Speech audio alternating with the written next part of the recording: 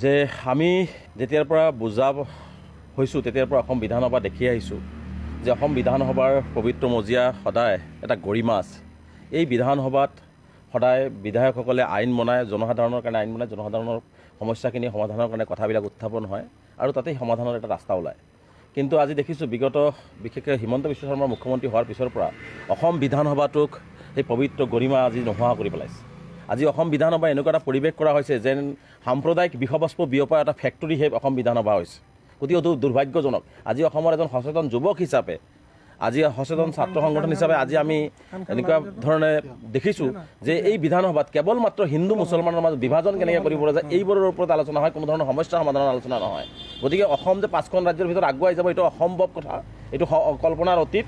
গতিকে এইটো কেৱল মাত্ৰ অসমৰ সকলো জাতি জনগোষ্ঠীৰ মাজত হিংসা বিদ্বেষ বিয়পা এটা কাৰখানাহে হিমন্ত বিশ্ব শৰ্মা ডাঙৰীয়াই সৃষ্টি কৰি ৰাখিছে আৰু তাৰ কাৰণে সেনেকুৱা ধৰণে কাম কৰি আছে।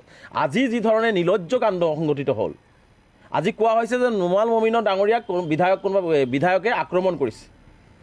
আমিও বেয়া পাইছোঁ। যদি নুমাল মমিন উপাধ্যক্ষ ডাঙৰীয়াক কোনোবাই আক্ৰমণ কৰিছে আমিও দুখ প্ৰকাশ কৰিছোঁ, আমিও বেয়া পাইছোঁ। ইয়াৰ তদন্ত হ'ব লাগে, ইয়াৰ বিৰুদ্ধে ব্যৱস্থা হ'ব লাগে। মুখ্যমন্ত্ৰী ডাঙৰীয়াৰ কথাবিলাক সাম্প্ৰদায়িক উচৰণি দি কথাবিলাক কোৱাৰ পৰিৱৰ্তে যদি অসম বিধানসভাত নমাল মমিন ডাঙৰীয়াক যদি কোনোবাই আক্ৰমণ কৰিছে, নিশ্চিতভাৱে অসম বিধানসভাৰ সকলো দিশত CCTVৰে আৱৰা আছে। মুখ্যমন্ত্ৰী ডাঙৰীয়াক আমি প্ৰত্যাহ্বান জনাইছোঁ, অসমবাসী ৰাইজে সেই CCTVৰ ফুটেজটো চাব বিচাৰিছে। চাই পেলাই যদি কোনোবাই দোষ কৰিছে তাৰ বিৰুদ্ধে কঠোৰ ব্যৱস্থা গ্ৰহণ কৰাৰ কাৰণে আমিও সকলো দাবী উত্থাপন কৰিছোঁ। আজি মুখ্যমন্ত্ৰী ডাঙৰীয়াই নিলজ্জজনকভাৱে যে এজন ট্ৰাইবেল মানুহক মাৰা হৈছে, ইয়াৰ বাবে কোকৰাঝাৰ ওদালগুৰি ট্ৰাইবেল অঞ্চলৰ মানুহ বেয়া পাব, এনেকুৱা ধৰণৰ কথাটো কিয় মুখ্যমন্ত্ৰী ক'ব লগা হ'ল? আমি মুখ্যমন্ত্ৰীক কৈছোঁ যদি নমাল মমিন ডাঙৰীয়া উপাধ্যক্ষ সন্মানীয় এজন বিধায়ক, গতিকে তেওঁক যদি কোনোবাই আক্ৰমণ কৰিছে ইয়াত ট্ৰাইবেল অনা ট্ৰাইবেলৰ কথা নাই। যদি কোনোবাই দোষ কৰিছে, কোনোবাই তেওঁক আক্ৰমণ কৰিছে, এইটো গৰিহণাৰ যোগ্য আৰু শাস্তিৰ যোগ্য।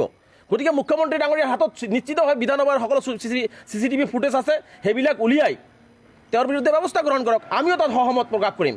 ইয়াত ট্ৰাইবেল অনা ট্ৰাইবেলৰ কথা আহিব নোৱাৰে, ইয়াত এজন বিধায়কৰ ওপৰত আক্ৰমণৰ কথা আহিছে। গতিকে তেনে ক্ষেত্ৰত মুখ্যমন্ত্ৰীয়ে তেনেকুৱা নকৰি সাম্প্ৰদায়িক বিষবস্পৰ সাম্প্ৰদায়িক সংঘাত যাতে সৃষ্টি হয় তেনেকুৱা এটা উচতনিমূলক বক্তব্য বিধানসভাৰ মাজত দিবলৈ দিয়া আমি পৰিলক্ষিত হৈছে। গতিকে এইটো অতি গৰিহণাৰ যোগ্য আৰু অতি নিম্নমানৰ মানসিকতাৰ পৰিচয় আজি মুখ্যমন্ত্ৰী ডাঙৰীয়াই বিধানসভাৰ মজিয়াত দিছে। যে আমি যেতিয়াৰ পৰা বুজা হৈছোঁ তেতিয়াৰ পৰা অসম বিধানসভা দেখি আহিছোঁ যে অসম বিধানসভাৰ পবিত্ৰ মজিয়া সদায় এটা গৰিমা আছে।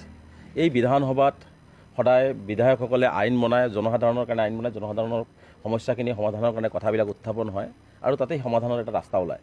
কিন্তু আজি দেখিছোঁ বিগত বিশেষকৈ হিমন্ত বিশ্ব শৰ্মা মুখ্যমন্ত্ৰী হোৱাৰ পিছৰ পৰা অসম বিধানসভাটোক সেই পবিত্ৰ গৰিমা আজি নোহোৱা কৰি পেলাইছে। আজি অসম বিধানসভা এনেকুৱা এটা পৰিৱেশ কৰা হৈছে যেন সাম্প্ৰদায়িক বিষবস্পু বিয়পা এটা ফেক্টৰীহে অসম বিধানসভা হৈছে। গতিকে দুৰ্ভাগ্যজনক। আজি অসমৰ এজন সচেতন যুৱক হিচাপে, আজি সচেতন ছাত্ৰ সংগঠন হিচাপে আজি আমি এনেকুৱা ধৰণে দেখিছোঁ যে এই বিধানসভাত কেৱল মাত্ৰ হিন্দু মুছলমানৰ মাজত বিভাজন কেনেকৈ কৰিব পৰা যায় এইবোৰৰ ওপৰত আলোচনা হয়, কোনো ধৰণৰ সমস্যা সমাধানৰ আলোচনা নহয়। গতিকে অসম যে 5খন ৰাজ্যৰ ভিতৰত আগুৱাই যাব এইটো অসম্ভৱ কথা, এইটো কল্পনাৰ অতীত। গতিকে এইটো কেৱল মাত্ৰ অসমৰ সকলো জাতি জনগোষ্ঠীৰ মাজত হিংসা বিদ্বেষ বিয়পা এটা কাৰখানাহে হিমন্ত বিশ্ব শৰ্মা ডাঙৰীয়াই সৃষ্টি কৰি ৰাখিছে আৰু তাৰ কাৰণে সেনেকুৱা ধৰণে কাম কৰি আছে। আজি যি ধৰণে নিলজ্জ কাণ্ড সংঘটিত হ'ল, আজি কোৱা হৈছে যে নুমাল মমিনৰ ডাঙৰীয়াক কোনোবা বিধায়কে আক্ৰমণ কৰিছে। আমিও বেয়া পাইছোঁ। যদি নুমাল মমিন উপাধ্যক্ষ ডাঙৰীয়াক কোনোবাই আক্ৰমণ কৰিছে আমিও দুখ প্ৰকাশ কৰিছোঁ, আমিও বেয়া পাইছোঁ। ইয়াৰ তদন্ত হ'ব লাগে, ইয়াৰ বিৰুদ্ধে ব্যৱস্থা হ'ব লাগে।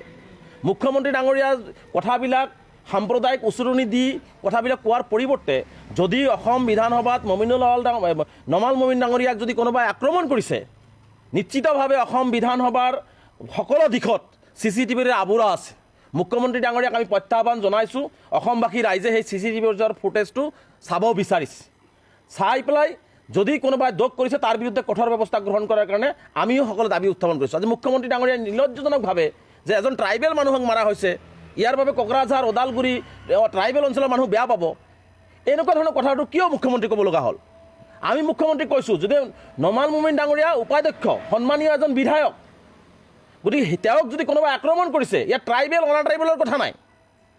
যদি কোনোবাই দোষ কৰিছে, কোনোবাই তেওঁক আক্ৰমণ কৰিছে, এইটো গৰিহণাৰ যোগ্য আৰু শাস্তিৰ যোগ্য। গতিকে মুখ্যমন্ত্ৰী ডাঙৰীয়াৰ হাতত নিশ্চিতভাৱে বিধানসভাৰ সকলো CCTV ফুটেজ আছে, সেইবিলাক উলিয়াই তেওঁৰ বিৰুদ্ধে ব্যৱস্থা গ্ৰহণ কৰক। আমিও তাত সহমত প্ৰকাশ কৰিম। ইয়াত ট্ৰাইবেল অনা ট্ৰাইবেলৰ কথা আহিব নোৱাৰে, ইয়াত এজন বিধায়কৰ ওপৰত আক্ৰমণৰ কথা আহিছে। গতিকে তেনে ক্ষেত্ৰত মুখ্যমন্ত্ৰীয়ে তেনেকুৱা নকৰি সাম্প্ৰদায়িক